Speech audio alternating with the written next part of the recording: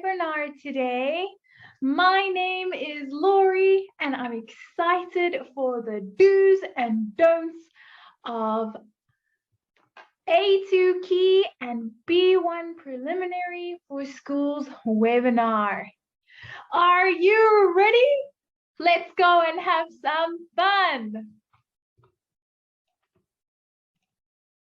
Feel free to send me any questions that you may have about things that you should or shouldn't do when preparing for the A2 Key and B1 Preliminary for School exams. Okay, let's talk about all these things that we should and shouldn't do. Are you ready? Great, let's get started. First, you should create a study timetable, like this one. Ta-da! Is that true? Should you do it? Or don't do it? So yes or no. What do you think? Let's see. Ta-da! Yes! You should. That's a good idea. Creating a study timetable is very important. Let's go find out why. But first, how do we create a good study timetable? I have a poll for you to answer some questions. Okay. So the question is, how do we create a good study timetable? I would like you to choose these answers. A, set yourself some goals. B, write down your strengths and weaknesses. C, make a list of your daily responsibilities. Or is it D, think about the best times for studying? You can choose more than one of these things. But which one do you think is the right answer? Or answers? Okay, send me through all your answers. A, B, C, or D? Oh, great. We're getting through some great ones. Well done, everyone. You seem to be getting it all correct. Okay. 5 seconds. 5, 4, 3, 2, 1. Ding, ding, ding, ding. Time is up. Okay. Well done for everyone who sent their answers through. In fact, all of these are correct. Okay, let's go learn more about these things that we need to do to set a good study timetable.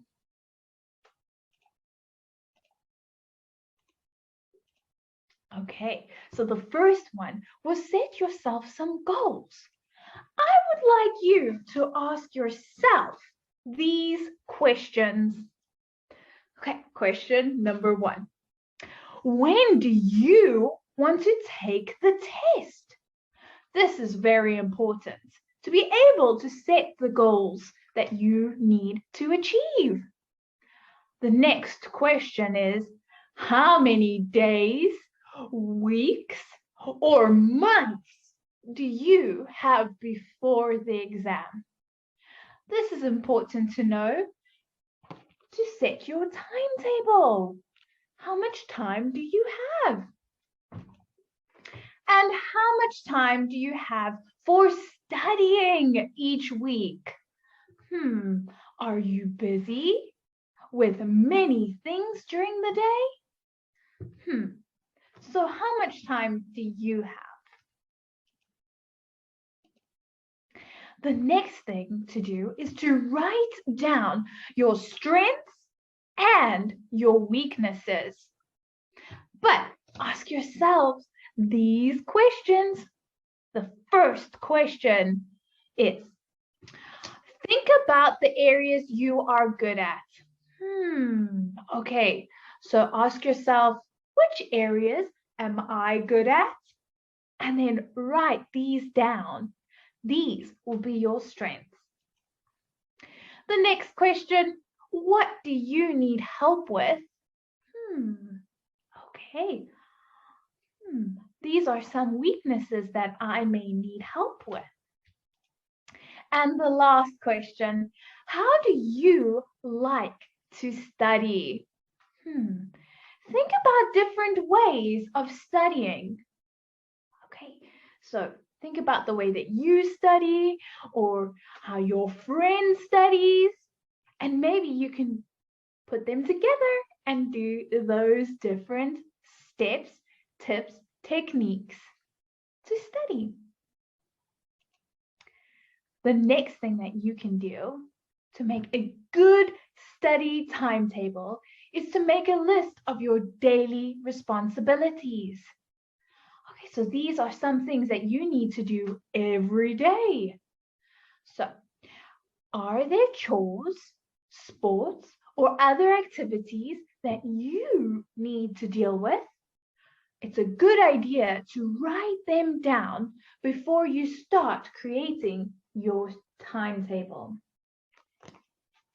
For example, if you have football on a Monday at 2 o'clock, you can't study at that time. You can write that down on Monday at 2 o'clock. And then you know which activities or sports or chores you have at different times. I would like you to think about the best times for studying. Do you like studying in the morning or in the afternoon? When is the best time for you to study with any kind of distractions? What are distractions? Oh, I know one. Your phone. That is a big distraction. So think of times when you can study without distractions like games or your phone or even the TV.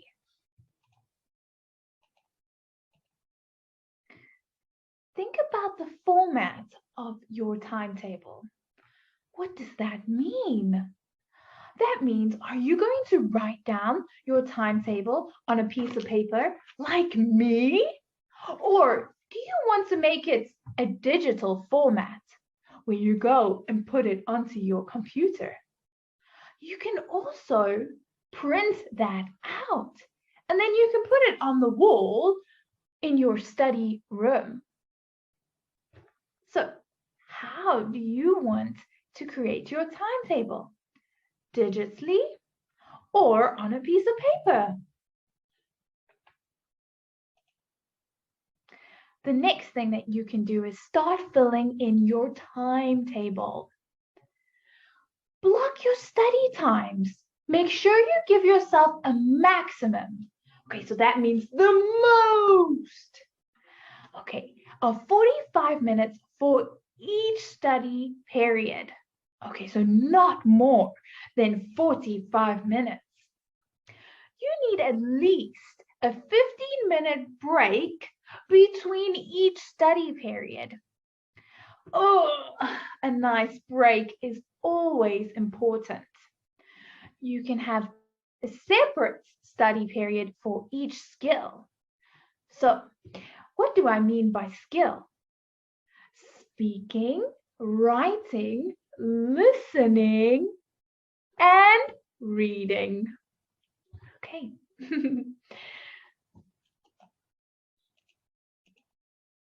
Start filling in your timetable. We also need to remember some things about this key point. Remember to save some time for revision, study notes, and exam tips. You can have a 10-minute revision time after each study period. But please don't stress about your timetable. Remember that your timetable is there to help you. Not give you any stress. It's okay to change it if needed. You don't have to follow it down to the exact minute.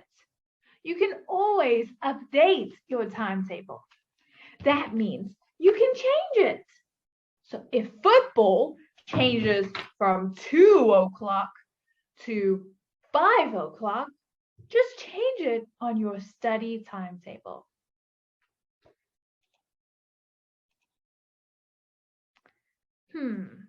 Let's see. Should you do this or shouldn't? Okay, take a close look at this picture. Should you study with your friends at the park? Yes or no? What do you think? Okay, let's see. Ta-da! No, you shouldn't. You should try to study in a quiet, comfortable environment. This is called exam-like conditions. Memorize everything you must learn. Should you memorize everything you must learn? Yes or no? Dun, dun, dun. What do you think? Let's see. And the answer is no. You don't need to memorize everything. You need to learn important tips and strategies. This will help you during your study time. And you need to try and learn some key words for speaking and writing. Take a look at this picture. Practice as much as you can. Wow, that looks like a great study room. Should you practice as much as you can? Yes or no? Wah, wah, wah. Let's see what the answer is. What do you think? Ta-da! The answer is yes! Practice makes perfect.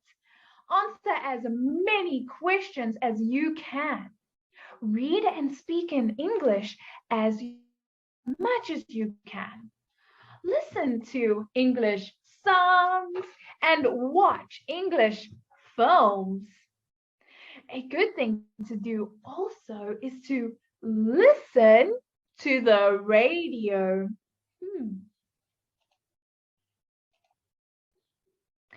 But if you would like to learn more exam tips with our weekly videos and webinars, go and subscribe to YouTube, Facebook, Instagram, Twitter, and Pinterest. Okay, go ahead, go and do it. We have so many things for you to learn, all those tips and strategies that we just spoke about.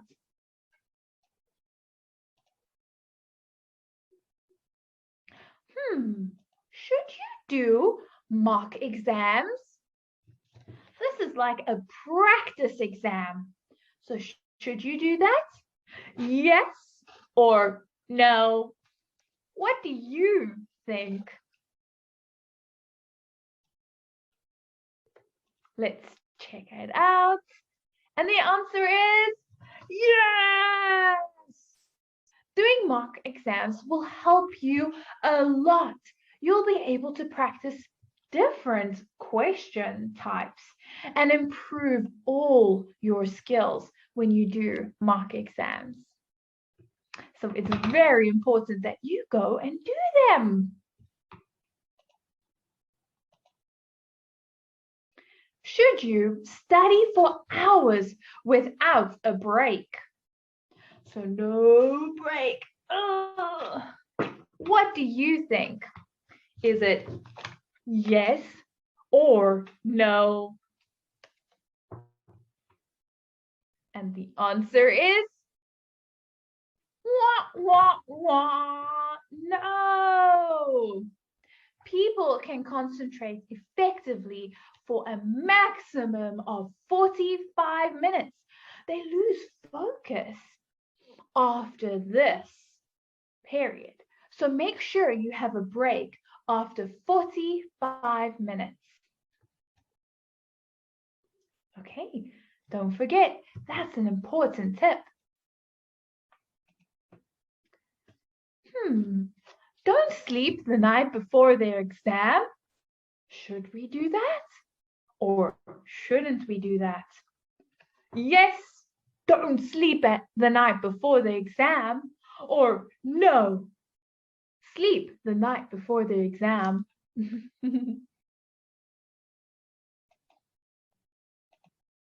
No! Get plenty of rest the night before the exam.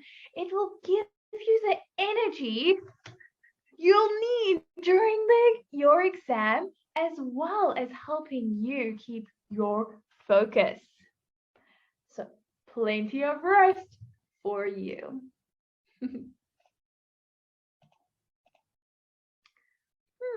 Go through the A2 key or B1 preliminary vocabulary list. So these are all our new words that we are learning during these exams. Should you do that? Yes. Or shouldn't do it? No. Let's see what the answer is. Yes, you should do it. Cambridge has published a vocabulary list for students preparing for the A2 key and B1 preliminary for schools exams. Try to learn all the words on these lists before your exams. This will definitely help you. What a great tip. Make a word list for the keywords. What is a word list? Well, you list the words down. Okay, so you take all your very important words, your keywords, and then you write a word list with these words. But should you do that? Yes, you should. No, you shouldn't. Let's see what the answer is. Yes, you should do this. It's very important. It's a great idea to keep a notebook for all the new words you learn every day. If you would like to, you can draw a little picture next to the words to help you remember them. Or you can write the definition, what they mean. Should you eat a lot before the exam? Yes, you should. Or no, you shouldn't. Take a look at this picture. Wow, what a lot of food. What do you think? I think no, don't do it. You need to eat a healthy, light meal before your exam. Well done, everybody who got the answers correct. I'm so proud of you. You're one step closer to being an exam prep superstar. Well done. You've completed our A2 key and B1 preliminary for schools webinar, the do's and the don'ts for exam prep. But I would like to remind you, go and take a look at all of our different channels. You will learn more exam tips, with our weekly videos and webinars, just like this one. Go and take a look at our YouTube, Facebook, Instagram, Twitter, and our Pinterest. I would love to know if you have subscribed to any of those channels. If not, go ahead and do it. But here is something even more special. Go to our exploreplanetenglish.com and subscribe there as well. You will see these videos that will come up next. Okay, go take a look. Do you have any questions for me today?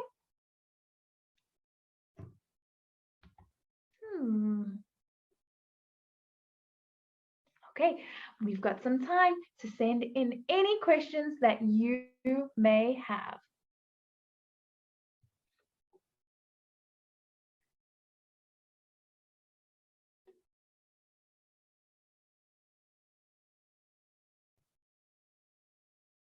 Excellent. Well, you guys seem to be really well informed and excited for your exam. Thank you everyone for coming through today. It has been such a wonderful webinar with you. I will see you next time.